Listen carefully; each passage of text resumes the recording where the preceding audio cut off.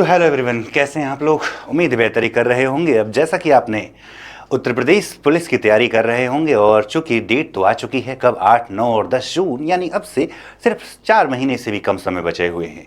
ठीक, और ये परीक्षा, ठीक है, चूंकि जब फॉर्म आने के बाद जो तैयारी करते हैं वो वैसे ही पीछे हो जाते थे। वो लोग जो पहले से तैयारी कर रहे हैं, जिनका सिलेबस पूरा है, वो लोग ज़्यादा से ज़्यादा प्रैक्टिस करें, क्योंकि प्रैक्टिस ही, ठीक है, आपको परफेक्ट बनाती है। हमेशा सुनते आते हैं, तो जो तय है वो तो होना ही है। यानी अगर सिलेक्शन होना है तो होना ही है। जैसा कि शाहिर लुधियानवी साहब कहते भी हैं, 1000 बर्फ गिरे, लाख आंधियां उठें, इन जो फूल खिलने हैं वो तो खिल के ही रहेंगे। ठीक, तो आपका सिलेक्शन होना है तो होकर ही रहेगा। बस आप लगातार अपने लक्ष्य के प्रति समर्पित रहिए। ठीक, दिखावा नहीं करना है। घर वाले देख रहे हैं, ठीक है, टाइम काट रहे हैं कि पापा घर में हैं, मम्मी घर में हैं, कमरे में बंद कर कर कि उन्हें तो लग रहा है बेटा पढ़ रहा है। ये दिखावा नहीं कर रहा, खुद के लिए पढ़ रहे हैं ना, मम्मी पापा के लिए नहीं पढ़ रहे, खुद के लिए पढ़ रहे। ठीक है, जिस दिन आपका चयन हो जाएगा तो ये सब कुछ आपके लिए, लेकिन खुश कौन होगा? मम्मी पापा खुश होंगे। तो अपने पिता, अपनी माता के लिए गर्व का, ठीक है, आप कारण बने, इसके लिए आपको मेहनत करनी है, हर दिन करना है, क्योंकि आप में वो खूबी है। आपने एक फिल्म में एक लाइन भी सुनते होंगे, ठीक है, गाना भी सुना होगा कि कहता है कि तुम में है हर खूबी, खुद को तुम पहचानो। ठीक, हार नहीं तुम मानो, एक दिन तुम जीतोगे। ठीक है, तो जीतना तो तय है, बस हार नहीं मानना, और वो है आपके अंदर, आप कर लोगे। ठीक है, बस इस चीज़ को पहचानिए और अपने लक्ष्य को आगे बढ़ाइए। आज हम लेकर आए हैं, ठीक, उमंग क्लासेस पर मैं मनीष सिंह, जैसा कि आप मुझे जानते भी होंगे, करंट अफेयर और जीके जीएस की क्लास लेता हूं। ठीक है, अलग अलग संस्थानों में भी लिया है और वर्तमान में उमंग क्लासेस में आपके साथ ऑनलाइन जुड़ा हुआ हूं। तो उत्तर प्रदेश पुलिस की परीक्षा को ध्यान करते हुए हमने खाकी सीरीज, जो कि किससे जुड़ा हुआ है? यूपीपी के पीवाईक्यू से। किससे जुड़ा हुआ है? उत्तर प्रदेश पुलिस कांस्टेबल की जो भर्ती होती है उसमें जो प्रीवियस ईयर आस्क्ड क्वेश्चन है, यानी जो पहले पूछे जा चुके हैं, इनके कुछ सवाल लेकर आए। हम जल्द ही यूपीएसआई के जो छात्र अभी 14-15 मार्च को एग्जाम देंगे, उनके लिए भी प्रैक्टिस सेट शुरू कर रहे हैं। लेकिन अभी आज का सेट किसके लिए है? तो उत्तर प्रदेश पुलिस कांस्टेबल। ये काम आएगा आपके लिए भी, जो लोग यूपीएसआई की तैयारी कर रहे होंगे उनके लिए भी एक क्वेश्चन, क्योंकि जीएसटी के दोनों में ही आना है। ठीक है, तो जरा देखते हैं उन, ठीक, प्रमुख सवालों को। वैसे तो आप जानते हैं पहले जो है, ठीक है, 150 क्वेश्चन का होता था, लेकिन नए पैटर्न के अनुसार सुनने में आ रहा है कि 160 क्वेश्चन का होगा। तो उसी अनुसार हमने 40 क्वेश्चन का सेट बनाया है और देखते हैं वो सवाल कौन कौन से हैं। चलिए जरा, ठीक, पहला सवाल की बात करते हैं। जब जरा, ठीक, कह रहा है कि निम्नलिखित में से कौन एक सुमेलित नहीं है? ये पूछा गया सवाल है यूपीपी कांस्टेबल में कि कौन एक सुमेलित नहीं है। तो हैदराबाद का संस्थापक चिनकिलीज खान, बिल्कुल सही है। ठीक है, अवध का संस्थापक बुरहान उल मुल्क, जिसको सादत खान भी कहा जाता था। ठीक, साल था 1722 और इसने, ठीक, अवध की स्वतंत्रता की घोषणा किया था। किसने? ठीक है, अवध के संस्थापक, ठीक, कौन हुए? सादत खान, यानी बुरहान उल मुल्क जी की कहते हैं। ठीक है, बंगाल की बात करता है तो मुर्शीद कुली खान का नाम याद आता है। ठीक है, उसी प्रकार से रुहेलखंड की बात करता है तो रुहेलखंड में, ठीक है, नवाब अली मोहम्मद खान, यानी सादात खान नहीं होते हैं, कौन होंगे? अली मोहम्मद खान। कौन हो जाएं? अली मोहम्मद खान जो है इसके क्या हो जाएं? संस्थापक। तो कौन सा सही सुमेलित नहीं है? जवाब हो गया सर, डी वाला सही सुमेलित नहीं है। ठीक है, बाकी तीनों क्या है? अपनी जगह सही है। चलिए बढ़ते हैं जरा अगले सवाल की तरफ। क्या कह रहा है दूसरा सवाल? द स्कारलेट लेटर, ठीक है, करंट से भी जोड़ता है चूंकि, और पुस्तकों का सवाल आना ही आना, 1 से 2 पुस्तकें आ जाती हैं। तो जो भी नवीनतम पुस्तक आज चर्चा में हो ना, उसे पढ़ लीजिएगा।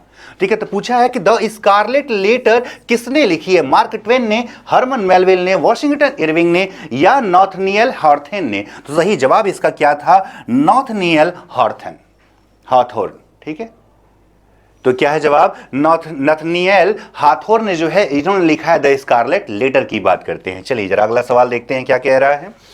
उपयोगकर्ताओं के बीच लगातार संचार को प्रोत्साहित करने के लिए सोशल मीडिया प्लेटफॉर्म में स्ट्रिक्स नामक सुविधा, यानी कि और ज्यादा, ठीक है, ज्यादा संचार हो, उसे, उसकी क्षमता को और बढ़ाया जाए, ज्यादा लोगों तक पहुंचाया जाए, इसके लिए स्ट्रिक्स नामक सुविधा किस में है? स्नैपचैट में, कि इंस्टाग्राम में, कि ट्विटर में, कि फेसबुक में?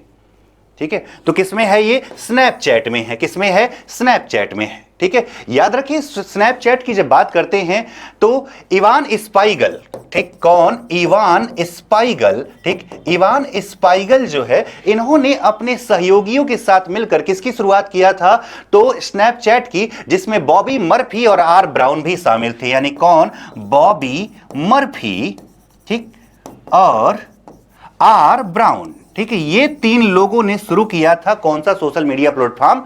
तो स्नैपचैट। ये भी पूछा गया है कई बार, सोशल मीडिया से जुड़े सवाल यूपीपी परीक्षा में बहुत बार पूछे गए हैं। इसी प्रकार पूछता है कि इंस्टाग्राम के, ठीक है, फाउंडर कौन है? इंस्टाग्राम हालांकि 2012 में मेटा ने खरीद लिया, यानी फेसबुक की जो मूल कंपनी है। तो केविन सिस्ट्राम, यानी कि इसकी स्थापना किसने किया था? केविन सिस्ट्राम और ठीक माइक क्राइगर ने, ठीक है, किसने? माइक क्राइगर ने इसकी स्थापना किया था। किसका? इंस्टाग्राम का, 2010 के पास में, जिसे 2012 में मेटा ने खरीद लिया। मेटा मतलब क्या? फेसबुक। तो ट्विटर की अगर फाउंडर की बात करें तो जैक डोर्सी, हालांकि वर्तमान में ट्विटर अब एक्स बन चुका है। क्या बन चुका है? एक्स। और इसे खरीदा है किसने? एलन मस्क ने खरीदा। और फेसबुक के साथ तो आप जानते ही हैं एक प्रमुख अरबपति कौन? Mark Zuckerberg. दुनिया के शीर्ष 5 अमीरों में से एक अमीर कौन? मार्क जुकरबर्ग, जो कि फेसबुक, जिसकी मूल कंपनी का नाम क्या है? मेटा है। तो जवाब इसका क्या था? स्नैपचैट था। ठीक है, सोशल मीडिया वाले सवालों को आज भी आए बहुत ही ज्यादा महत्वपूर्ण है, याद रखें। वर्ष 1985 को कौन सा अंतरराष्ट्रीय वर्ष घोषित किया गया था? तो यूएन द्वारा युवा शक्ति को ध्यान दिया गया कौन से वर्ष में? 1985 में। तो इसे घोषित किया गया क्या? युवा अंतरराष्ट्रीय वर्ष घोषित किया गया। अगला सवाल देखते हैं जरा। कौन सा भारतीय राज्य अपनी अनूठी वर्ली चित्रकला, कई बार चित्रकला से पूछता है कि वर्ली चित्रकला कहां से है, या पूछता है कि पट्टचित्र चित्रकला कहां से है, या पूछता है कि मधुबनी, ठीक, पेंटिंग कहां से है, ठीक है, या पूछता है कि बूंदी शैली का संबंध कहां से है। अलग अलग पूछता ही रहता है परीक्षाओं में। तो वर्ली चित्रकला का संबंध तो कहां से है? तो सर ये तो महाराष्ट्र से है। ठीक है, पट्टचित्र का संबंध कहां से है? तो सर ये तो जो है उड़ीसा से है। ठीक, मधुबनी तो ये प्रसिद्ध क्षेत्र है कहां का? बिहार का, मिथिला वाला क्षेत्र जो है, और बूंदी राजस्थान में पड़ता है। ठीक है, तो ये जो है चित्रकला की शैलियां अलग अलग राज्यों में, तो इसका जवाब क्या हो गया? महाराष्ट्र हो गया। बढ़िए अगले सवाल की तरफ। कह रहा, जन्म या अप्रवासन के माध्यम से जनसंख्या में प्रवेश करने वाले लोगों की संख्या का उत्प्रवास या मृत्यु से इसे छोड़ने वाली लोगों की संख्या के बराबर, यानी जितना आए और जितना पैदा हुए, कुछ उतने ही मर गए और उतने ही बाहर चले गए, तो क्या हो जाएगा? कोई जनसंख्या वृद्धि नहीं होगी, शून्य जनसंख्या वृद्धि हो जाए। ठीक है, रही बात भारत की, तो भारत में जनसंख्या विभाजक वर्ष कई बार पूछता है। जनसंख्या विभाजक वर्ष पूछता है, तो आप कहते हो कौन सा वर्ष का जनसंख्या? जनगणना 1921 का। और सबसे ज्यादा आबादी कब बढ़ी? 61 से 71 के बीच में बढ़ी थी।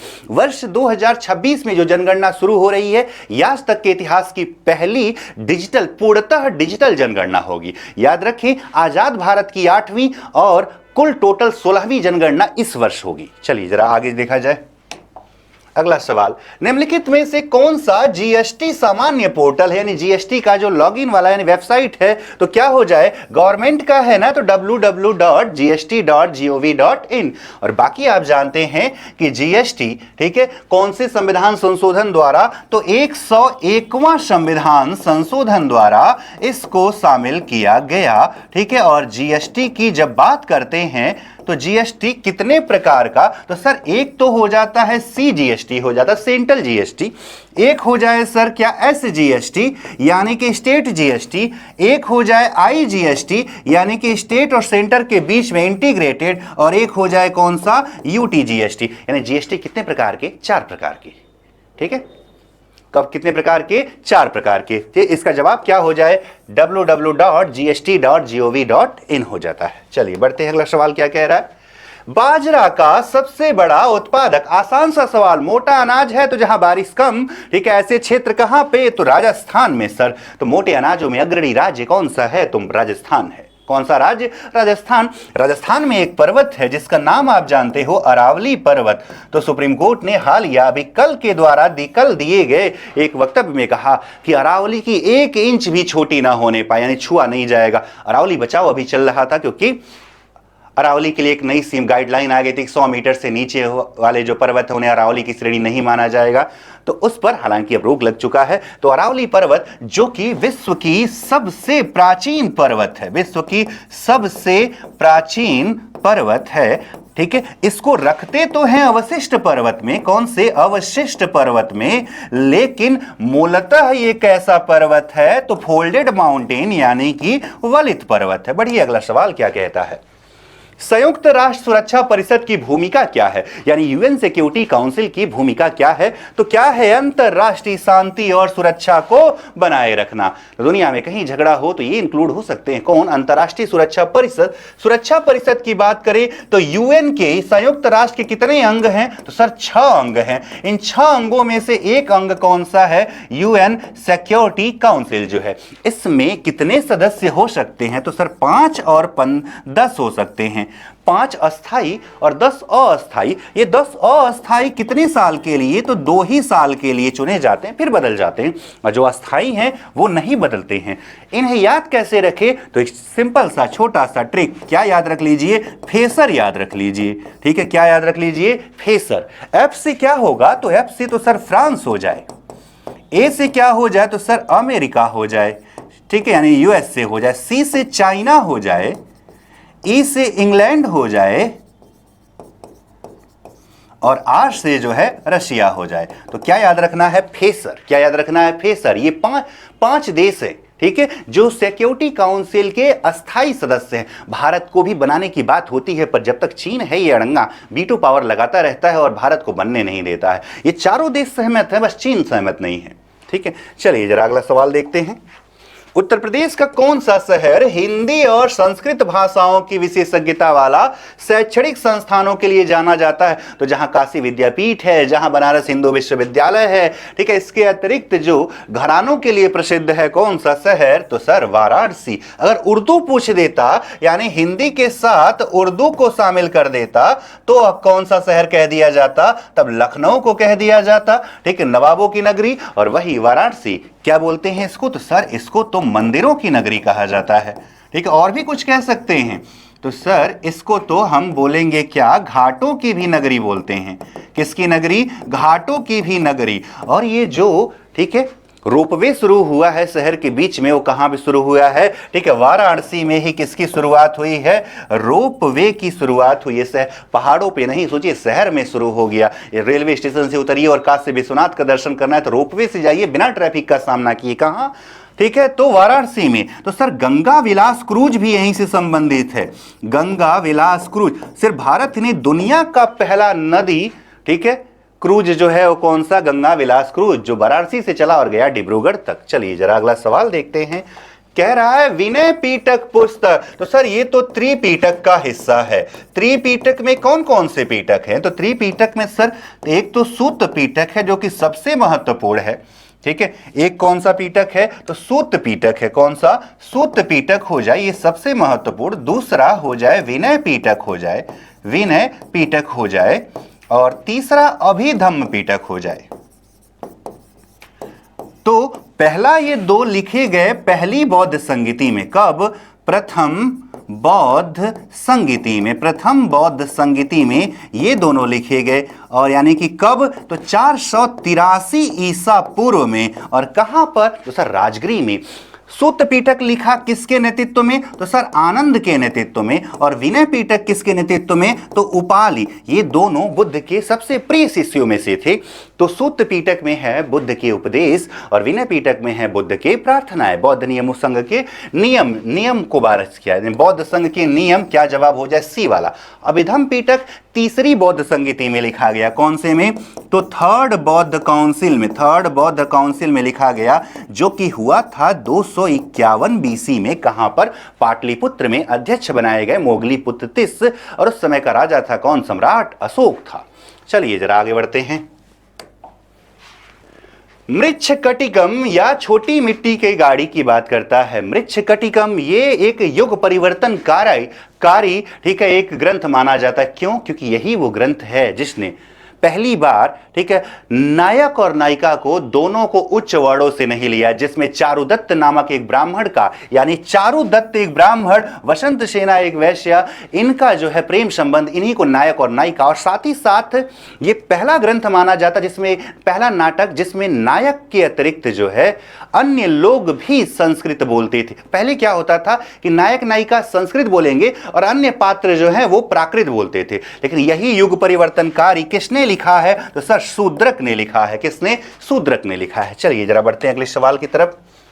मथुरा के पास माट के एक मंदिर में, मथुरा के माट के पास एक मंदिर में किन शासकों की विशाल मूर्तियां? तो मथुरा आया ही है तो सर मथुरा कला शैली से बना होगा, और मथुरा कला शैली का संबंध किससे हो जाए? तो सर कुषाण से हो जाए। और कुषाण में भी कौन सबसे प्रमुख? तो सर कनिष्क से हो जाए। तो यहां जवाब हो जाए कौन? कुषाण।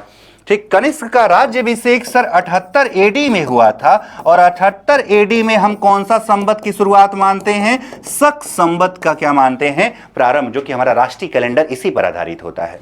चलिए अगला सवाल देखिए जरा।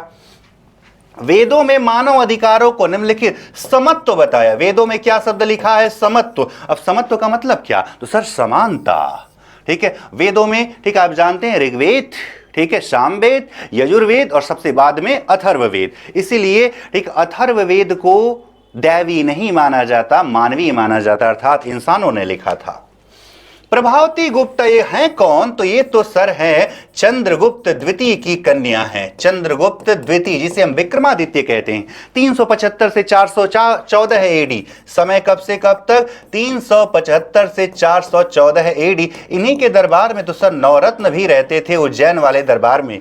ठीक, तो इनका विवाह हुआ किससे? तो सर इनका विवाह दक्षिण के एक ब्राह्मण वंश जिसका नाम वाकाटक वंश, इसके रुद्रसेन द्वितीय से हुआ था। किससे? रुद्रसेन द्वितीय से।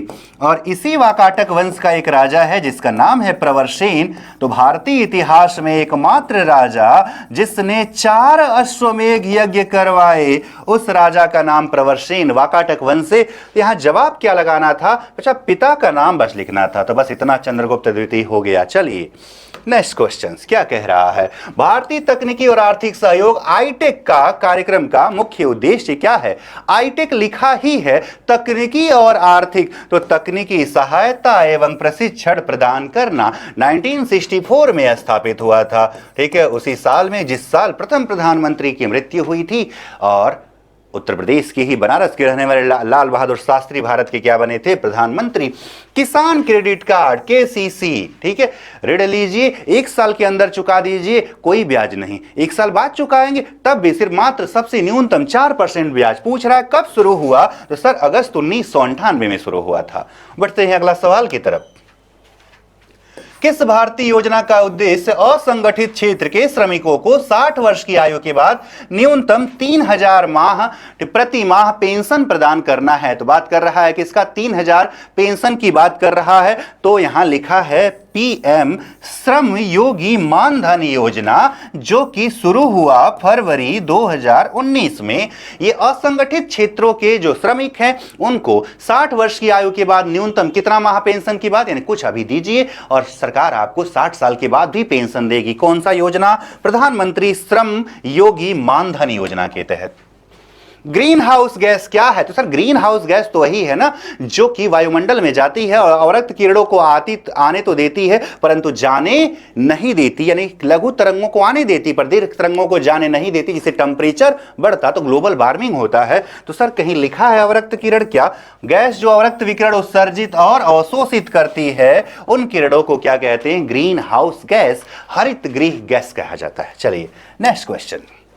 प्रत्येक पंजीकृत आपूर्तिकर्ता को, तो जीएसटी से जुड़ गया, तो कौन सा नंबर बोलते हैं? तो सर जीएसटी बोलते हैं। ठीक है, कौन सा नंबर? जीएसटी। पहले टिन नंबर बोलते थे, अब जीएसटी नंबर बोलते हैं। तो कोई दिख रहा है क्या? तो सर यहां दिख रहा है ओ भी लगाए तो ऑर्गेनाइजेशन जुड़ जाता है। कितने नंबर का होता है? तो ये तो सर 15 डिजिट का होता है। कितने डिजिट का? 15 डिजिट का होता है। सैक कोड भी इसी संबंधित है, जो कि सर्विस एलोकेटिंग होता है, वो 6 डिजिट का होता है। पूर्व राष्ट्रपति डॉक्टर अब्दुल कलाम की पूरा योजना संदर्भित करती है। किसकी बात कर रहा है?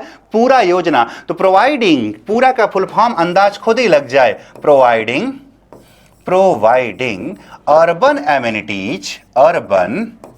एमिनिटीज, ठीक, इन रूरल एरिया। अब खुद ही अंदाजा लगा लीजिए, ठीक है, यानी शहरी सुविधाओं को ग्रामीण क्षेत्र में, डॉक्टर कलाम की योजना थी तो ग्रामीण क्षेत्रों में शहरी सुविधाएं उपलब्ध कराना। जवाब हो गया। बढ़िए अगला सवाल, दुनिया भर में आपदा जोखिम में कमी के लिए दिशा निर्देश और सहायता प्रदान करने के लिए कौन सा संगठन जिम्मेदार है? कौन सा संगठन की बात कर रहा है? तो वही संगठन हो जाए sir UN office for disaster risk and reduction. ये तो दिख गया सर, ठीक है। क्या फुल फॉर्म होता है? UN office,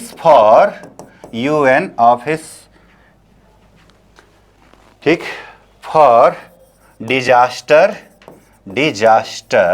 risk and reduction, organization हो जाए, रिडक्शन, ठीक है, ठीक। तो कौन सा? UNDRRO जो है इसका क्या हो जाए? सही जवाब हो जाए। चलिए बढ़िया अगला सवाल क्या कह रहा है?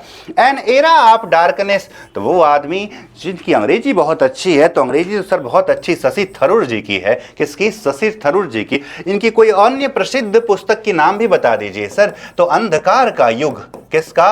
अंधकार का युग किसकी पुस्तक है? तो शशि थरूर जी की है। इसके अतिरिक्त YIMA हिंदू, ये भी किसकी पुस्तक है? तो ये भी शशि थरूर, कांग्रेस से सांसद है, केरल के रहने वाले हैं। कौन? शशि थरूर। चर्चा में बने रहे क्योंकि अभी भारतीय जनता पार्टी की सरकार ने उनको विदेश दौरों पर भेजा था, जिससे कि ऑपरेशन सिंदूर के बाद का एक माहौल तैयार किया जा सके। साइबर सुरक्षित भारत पहल कौन सा वर्ष? आसान सा जवाब 2018। चलिए जरा आगे बढ़ा जाए। संयुक्त राष्ट्र सुरक्षा परिषद की भूमिका क्या है? तो थोड़ा देर पहले ही अभी यह सवाल किया गया था, रिपीट हो गया है। अंतरराष्ट्रीय शांति और सुरक्षा को बनाए रखना, यूएन सिक्योरिटी काउंसिल। NOAA का तात्पर्य क्या है? तो NOAA किसकी बात करता है? तो समुद्र और वायुमंडलीय संचालन को देखरेख करता है। तो सर नेशनल ओशनिक एंड, ठीक, एटमॉस्फेरिक एडमिनिस्ट्रेशन। किससे जुड़ जाए? बी फॉर बॉल वाला ऑप्शन, ठीक। चलिए जरा आगे देखा जाए।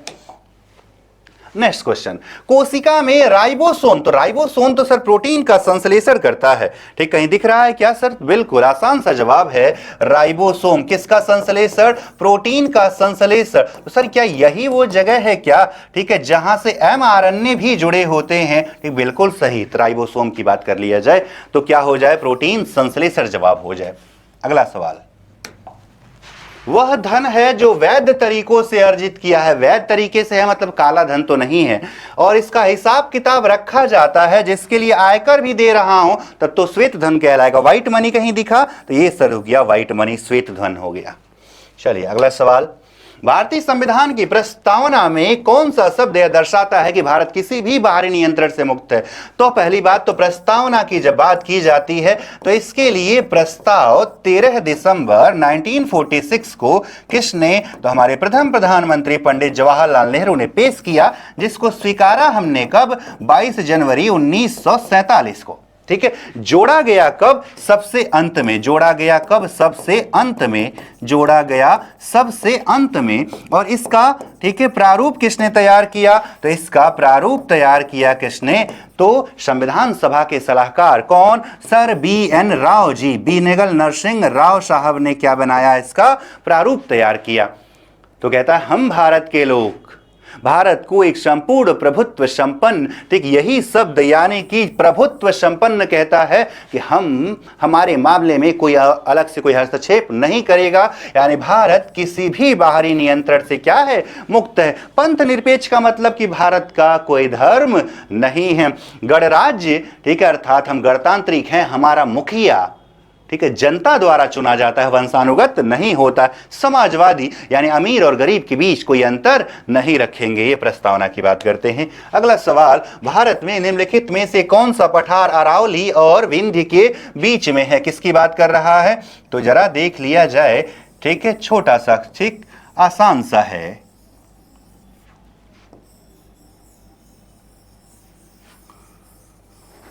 ठीक है, ये है अरावली और ये है विंध्य। ठीक है, ये हो जाए क्या आपका अरावली और नीचे क्या हो गया आपका विंध्य श्रेणी हो गया। तो बीच में कौन सा पठार है? तो सर ये तो मालवा क्षेत्र है ना। तो मालवा के शक शासक उज्जैन, ठीक है, शकों को पराजित किया किसने? तो उज्जैन के एक स्थानीय शासक विक्रमादित्य ने। तो वहां से शुरू होता है विक्रम संवत। तो मालवा का पठार कहीं दिखा क्या सर? ये दिख गया सर, ए वाला ऑप्शन। चलिए अगला सवाल क्या कह रहा है, सोशल मीडिया संचार में एनालिटिक्स टूल। तो आप जब देखते हैं यूट्यूब हो या कोई एनालिटिक्स दिखाता है तो आपका प्रदर्शन को मापता है कि आपने कितना सब्सक्राइबर, कितना, ठीक है, सारी चीजें धीरे धीरे क्या होती हैं उसमें दिखाता है। किसमें? तो आपके प्रदर्शन को मापता है क्या? एनालिटिक्स टूल्स जो है।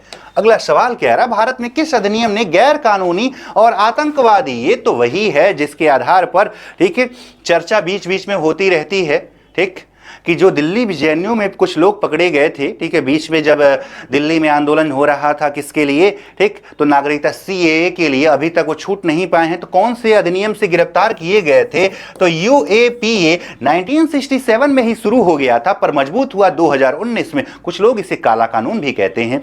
अनलॉफुल एक्टिविटी, ठीक है, to prevention, unlawful activity prevention act कहते हैं। ठीक, ये एक्ट है जो भारत में ऐसी किसी भी गतिविधि जिसकी संभावना भी और उसको रोकने के लिए बनाया गया है, एक मजबूत एक्ट। कौन सा? ठीक है, यूएपीए। ठीक है, कौन सा? यूएपीए। ठीक, तो जवाब हो जाए यूएपीए हो जाए।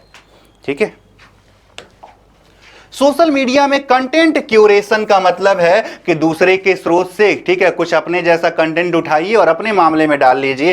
ठीक है, अन्य स्रोतों से प्रासंगिक कंटेंट का चयन करिए, आयोजन और साझाकरण दूसरे से, यानी कोलैबोरेशन जो होता है वो इससे जुड़ गया कंटेंट क्यूरेशन से।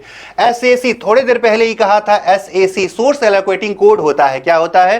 ठीक है, एसएसी के फुल फॉर्म की अभी बात किया था हम लोगों ने। ठीक, सोर्स एलोकेटिंग कोड जीएसटी से जुड़ा हुआ है। कितने डिजिट का होता है? तो 6 डिजिट का होता है।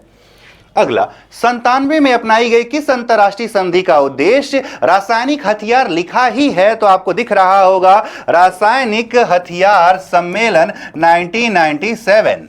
ठीक है, चलिए, रही बात, इसमें लिखा है एक व्यापक परमाणु परीक्षण प्रतिबंध सीटीबीटी और एक एनपीटी। भारत इसी पे हस्ताक्षर नहीं करता है। ठीक है, इसीलिए अमेरिका परेशान रहता है कि भारत ने एनपीटी पे हस्ताक्षर नहीं किया है। भारत ने ब्रिटिश शासन से किस वर्ष में, ये तो कोई सवाल ही नहीं है, 1947, 15 अगस्त 1947। मानव अधिकार संरक्षण अधिनियम कब लागू हुआ की बात कर रहा है? कौन से अधिनियम की? मानव अधिकार संरक्षण अधिनियम की बात कर रहा है। तो 93 तो जानते हैं सर। डेट क्या याद रखा जाए? 12 सितंबर कि 10 अक्टूबर कि 10 जुलाई कि 28 सितंबर। ठीक है, चूंकि आसान सा सवाल है तो इसका उत्तर जो है आप कमेंट बॉक्स में लिख के मुझे बताइए। ठीक, क्योंकि बाकी सवालों के तो मैंने उत्तर आपको बता दिए हैं। जरा आप मुझे बताओ, ठीक है, कि कौन सा मानवाधिकार अधिनियम कब लागू हुआ? ठीक, कमेंट बॉक्स में फटाक से लिखिए।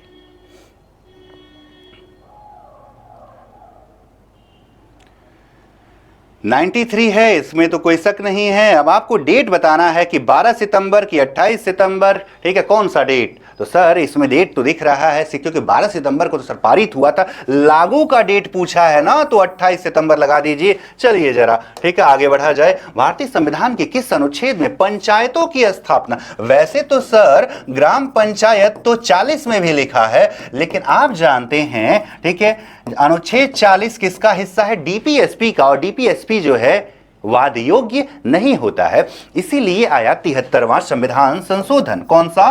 73वां, ठीक है, 73rd संविधान संशोधन कौन से वर्ष में आया था? 1992 से, जिसके तहत पंचायतों को संवैधानिक बना दिया गया। पंचायतों को क्या बना दिया? संवैधानिक। और कौन सा भाग जोड़ दिया? तो सर एक नया भाग जोड़ दिया। कौन सा? तो 9 जोड़ दिया। अनुसूची कौन सा जोड़ दिया? तो अनुसूची की जब बात करते हैं तो शेड्यूल जोड़ दिया। कौन सा? 11 जोड़ दिया। अनुच्छेद कहां से जोड़ा? 243 का ए से ओ तक। कहां से? 243 का, ठीक है, ए से ओ तक किसमें जोड़ दिया गया? 73वें में। लागू कब हुआ था? 24 अप्रैल 93 को, इसलिए 24 अप्रैल को मनाते हैं पंचायती राज दिवस। जवाब हो जाए अनुच्छेद 243। बढ़िए जरा, अगला सवाल क्या कह रहा? नरौरा परमाणु विद्युत संयंत्र कौन से जिले में है? तो आसान सा सवाल, बरन। ठीक है, जियाउद्दीन बरनी के नाम पे बरन पड़ा। बरन को क्या कहते हैं? बुलंदशहर कहते हैं। तो नरौरा यहीं पर है। और परमाणु विद्युत संयंत्र की बात कर रहा है तो भारत में परमाणु कार्यक्रम का जनक कौन? कार्यक्रम का जनक तो एक महान व्यक्ति डॉक्टर होमी जहांगीर भाभा।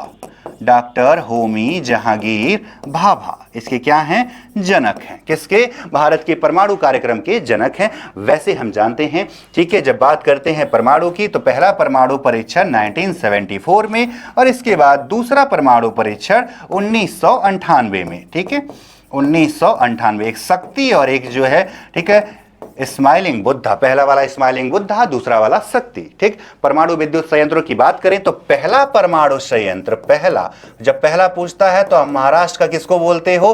तारापुर को बोलते हो महाराष्ट्र में। इसके अतिरिक्त कैगा है कर्नाटक में, कुडनुकुलम है कहां पे? तमिलनाडु में। कल्पक्कम भी कहां पे? तमिलनाडु में। रावत भाटा है। ठीक है, ये कुछ प्रमुख संयंत्र हैं किसके जुड़े हुए? परमाणु विद्युत संयंत्रों के।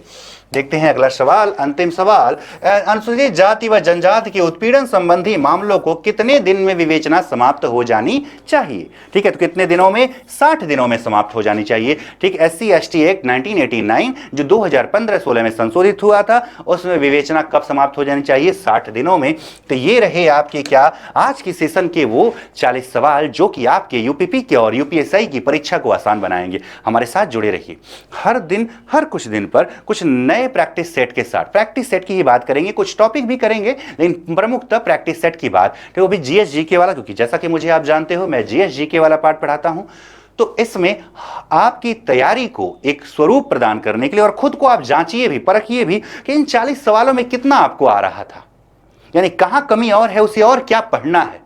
ठीक है, तो हमारे साथ बने रहिए। मैं मनीष सिंह उमंग क्लासेस से आपके साथ जुड़ा हुआ हूं। हमारे इस जो भी कुछ पढ़ाया है इसका टेलीग्राम, इसका पीडीएफ आपको टेलीग्राम पे मिल जाएगा, जो कि यहाँ लिखा भी है और साथ ही साथ डिस्क्रिप्शन बॉक्स में भी मिल जाएगा। ज़्यादा से ज़्यादा लोगों तक जोड़िए। आपके मित्र बंधु, बहुत सारे लोग यूपीपी की तैयारी कर रहे होंगे, यूपीएसआई की तैयारी कर रहे होंगे, उन सब लोगों को हमारी टीम से जोड़िए। यहाँ निश्चित तौर पर आपको कुछ ऐसा मिलेगा जो आपको बेहतर बनाएगा। तो आज के लिए बस इतना ही। धन्यवाद।